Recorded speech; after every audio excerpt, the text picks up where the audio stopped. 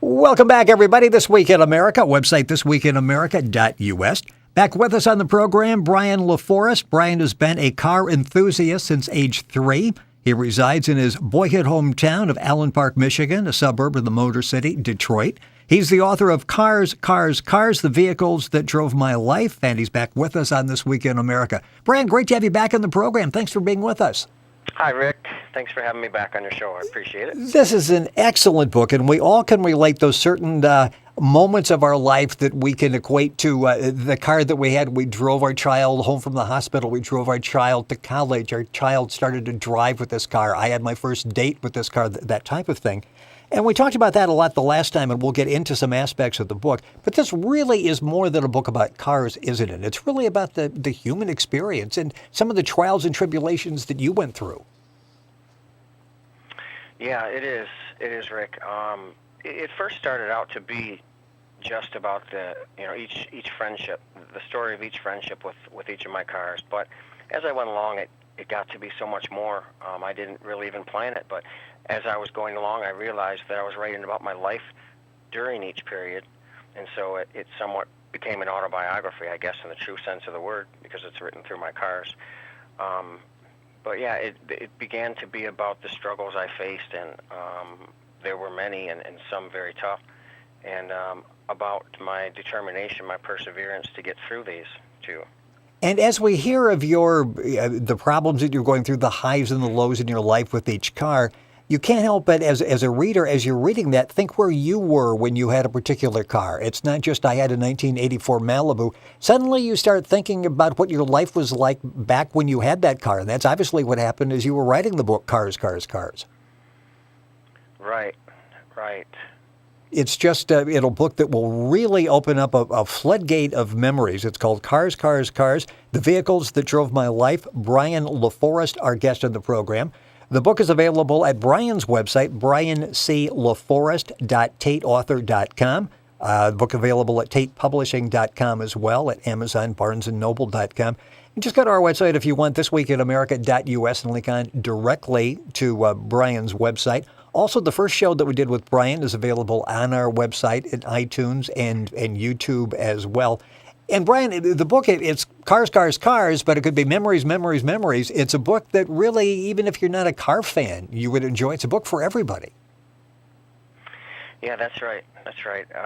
It is. It's titled Cars, Cars, Cars, but it really is about so much more. I've been hearing from readers through my email and also my personal friends that they had no idea that they were going to experience what is in this book when they bought it. And there's been a lot of positive feedback about it. But they went on to say that they picked up a lot of encouragement from it, and it really sort of is a disguised book, in the disguise of cars. But it's definitely not cars only. Yeah, and as you're reading through that, we find out about, I mentioned before, the ups and the downs, the issues that you had, the perseverance.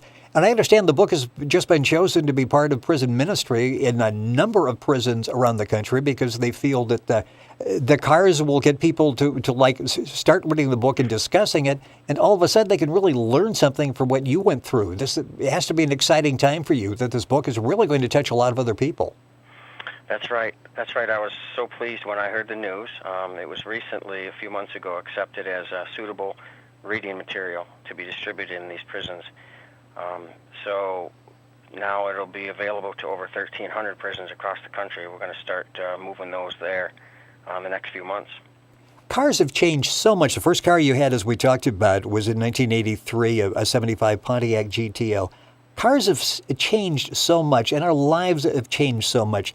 Do you find the same friendship that you had in these early cars, and I will call them a friendship, do you find you still have that with cars now? I do, Rick, because like people, though everyone's different, you still can develop a friendship with them. Now the cars are different. The cars are very different.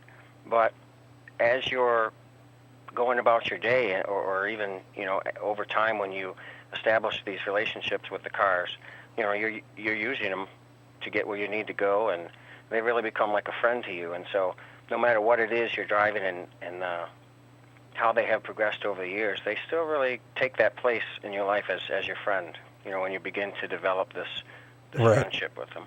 One thing I was thinking is, in asking you that question, you're handy, you worked with cars. The complaint with some of the modern cars is, boy, you need computers, and people that have gone to MIT to try to figure out, how you work on these cars. You hear a lot of people say, I can't do that anymore. These are so complex. Your early years with the cars that you had, and starting with the GTO, when you were hands-on with these cars, weren't you? I mean, you put a lot of love and attention into each of these. Yeah, I sure did. Some of them I didn't have a choice because they kept breaking down, and that's how they went. But it was a lot of hands-on. Now it's not so much like that. I guess the friendship would be more of what we do in them, what we do with them. Right, right. I guess attachment is sort of what I was thinking in those early days as you actually are out there and again, hands-on in working with the cars. The book is called Cars, Cars, Cars, The Vehicles That Drove My Life. Brian LaForest, our guest on the program. His website is brianclaforest.tateauthor.com, Tate, T-A-T-E. Book available at tatepublishing.com, also at Amazon and barnesandnoble.com as well. And you can go to Facebook, Cars, Cars, Cars, The Vehicles That Drove My Life. Do you still get that special feeling when you look through a Sunday newspaper and see all the car ads in there? I do. There's not as many anymore because of the online. It's just a huge place online to go and look for these vehicles. But I do. I still get that special feeling, and I even make a point to pick up the ones that are on the shelves. There's just a few, and they're usually dealers. I guess the dealers support them now, and put in all their cars. But it's just great to look through them. And circle them and that kind of thing. And we talk about hands-on. I mean, this is part of what I loved about it is that you get the newspaper out and you set it down and you grab your pen and, you for the next hour or so, you're looking through the cars and circling the ones you like and highlighting this and that. And that was a lot of the fun of that. And it's not around so much anymore, but when I do get one, I sure love it. It brings back memories. In the book, Cars, Cars, Cars, you talk about 66 fascinating rides and friendships that you had over the years. When you look back at that, are there some cars that you wish, I regret getting rid of that. I wish I would have kept that. I'm not sure. I think that I pretty well got rid of the ones I needed to get rid of. And like I said, I think in the last segment, every one of them fulfilled a purpose in my life. And so when it come time for that era of my life to be over and it was time to get rid of it, I was pretty well set on doing that. But since you mentioned it, there was one that I had no control over it leaving my life. It was taken away from me abruptly, and I never really did get over that one. It was a 2007 Vitamin C orange Mustang convertible, and boy, it was beautiful. And it was my first convertible, and we lost it. So that was pretty tough to get through. Do you ever think someday I'd like to go back and see if I could find one like that and relive the excitement? I'm getting excited for you as I'm hearing your description of the car. Yeah, I do. Actually, I keep my eyes open right now. Every day, whenever I'm looking at these, even on the online ads, I'll just swing by and do a couple 100-mile search of in the area of my home and try to see if I can find that car out there. I haven't yet, though. I'm talking about the 66 rides that you had, and it's a real variety. It's not like Brian was really into sports cars and everything he had was a sports car, or he was only into SUVs, that type of thing. You really had a diverse group of cars, didn't you? I did. I had pretty much one of everything, I guess. Yeah, and that again it was just fitting a certain role in my life, I guess, a certain need at that point. And then I would, go out and find that particular car, and then like I said, when I was done with it, it was just time to move on, and we did. The book is called Cars, Cars, Cars, The Vehicles That Drove My Life. Brian LaForest, our guest on This Week in America. His website is brianclaforest.tateauthor.com. Books available at tatepublishing.com. Also, of course, Amazon, Barnes & Noble. By going to our website, thisweekinamerica.us, you can actually link on directly to Brian's website and get information on the book. Let's talk a little bit about some of the challenges that you went through in your life that you talked about in the book, Cars, Cars, Cars. Talk a little bit about that and what it was like when you went back and you relived those moments and you're thinking, I was able to get through these okay, and the faith that you had that got you through those periods. Yeah, absolutely. Thanks for asking. These were really tough things to go through, and there's more than one, as you alluded to, but I faced some things. I'll just tell the one of them. On New Year's Day, we were celebrating like everyone else, and my wife and I had been at a party, and she was asked to leave and take her brother to his girlfriend's house, and she wasn't drinking, nor were the other two in the car, but she did drop him off, and later we realized that she hadn't come back, and the worst case scenario hit our mind, and we ended up leaving the house and looking for her. We found her on the side of the road. They were just about 2 miles away from the party, and so that was really a tough thing to face. And there also was the other accident I was in, which has left me permanently disabled back in 2003. So, they're pretty tough things to go through, but I'm a guy of faith. I keep my faith strong, and over the years, it hasn't always been that way, but I learned to, and I say learn because like anything else in life, we humans have to do that. We have to turn our hearts toward what really works for us. And, I was able to get through by turning toward God, and depending on Him to bring me through these things. Yeah, and that's what's so impactful with the book, Cars, Cars, Cars, the vehicles that drove my life. It's not about all the highs of I got this car, then I got this car, and we had fun with this and put the top down in the summer in Michigan and had a great time, and you've got that in the book. But you've got a real life, and during the period of the book, during the period you went through 66 cars, all of us went through highs and lows in our life, and the fact that you had some lows and were able to bounce back, and you struggled in bouncing back, but you did through perseverance like so many of us do during that period. And again, you used the cars to connect history. How difficult, let's talk about perseverance, because that's a big thing that comes to mind as I'm reading the book. How difficult was that to focus on going forward? And you mentioned you had to figure out faith in your life and use that to get you forward. Mm-hmm. Well, I think when talking about perseverance, we have to factor in the reason to persevere. And I had two little ones that Pam and I had together. And so right from the beginning, there was no way I was going to give up, for the sake of these two little ones. And also, not just for myself and to venture toward a new life, but I wanted to be an example to them too. What would I be teaching them if I were to just crawl in a hole somewhere and give up, which I did want to do. Yes. I guess it's a natural thing yes. to want to do that, but you got to resist that kind of stuff. And I did, and I wanted to make the best life possible for my two little ones. So I guess you just have to ask yourself, you have to look at what reasons you have to go forward, and that can be, in and of itself, your motivating factor.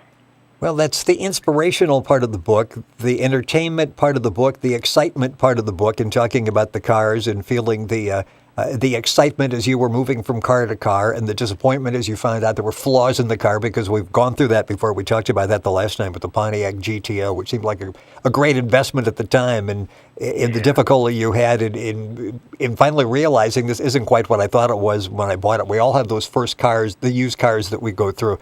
The book is Cars, Cars, Cars, the Vehicles That Drove My Life. Brian LaForest, our guest in the program. His website, brianclaforest.tateauthor.com. Book available at tatepublishing.com, and you can get all that information at our website, thisweekinamerica.us. Couple minutes left in the program. Let's talk about the reaction you're getting. You mentioned before from reaction in some of the friends, and I'm sure this brings back a lot of memories. Again, it's a trip down memory lane by using Brian's life, the milepost that he has in his life, by using cars, and we can all go back and think of particular times. What kind of feedback are you getting? Well, I'm getting good feedback, both from the book and also from the idea, from the concept of this. Before I actually wrote it, I would go to local places like my credit union and the meat market and stores like that. And when I would see someone, I'd mention it to them. And they would begin, you could just see their face light up. And they're, you could see the wheels turning, and they'd be like, "Oh my gosh," and almost interrupt me, "Oh my gosh, we had a 1964 Impala or whatever it was." And this one lady, I hadn't seen her since grade school. She was like one of them noon hour mothers, and I mentioned it to her. She said, "Oh my gosh, Brian," she said, "we had an Impala, and we got rid of it because we wanted to save gas or whatever it was, and we bought a Volkswagen Beetle." And she said about less than 6 months later, I was pregnant.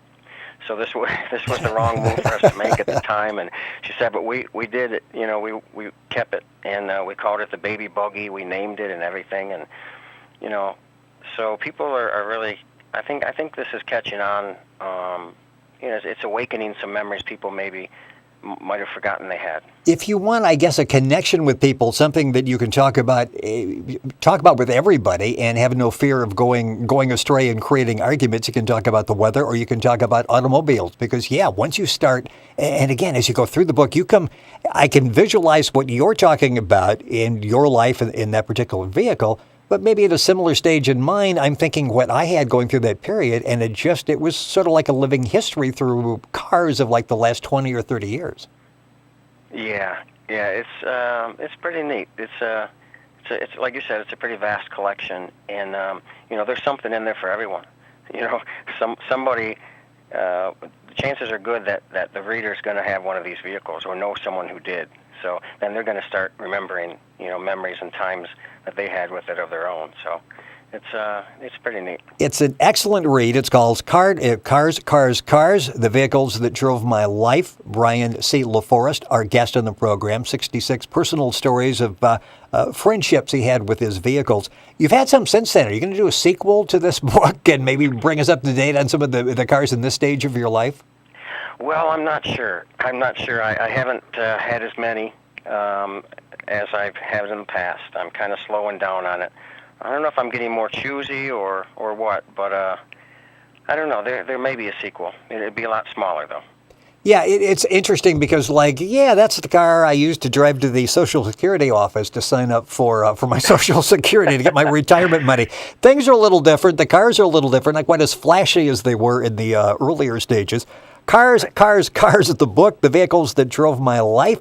Brian C. LaForest is the author. His website, brianclaforest.tateauthor.com. Book available at tatepublishing.com. Of course, at Amazon and Barnes & Noble as well. And Facebook at Cars, The Vehicles That Drove My Life. Be fun on Facebook because you can share some of your thoughts there as well. Brian, it is always a pleasure having you on the program. Congratulations on the book and the success it's having and in reaching out with the prison ministry, that type of thing.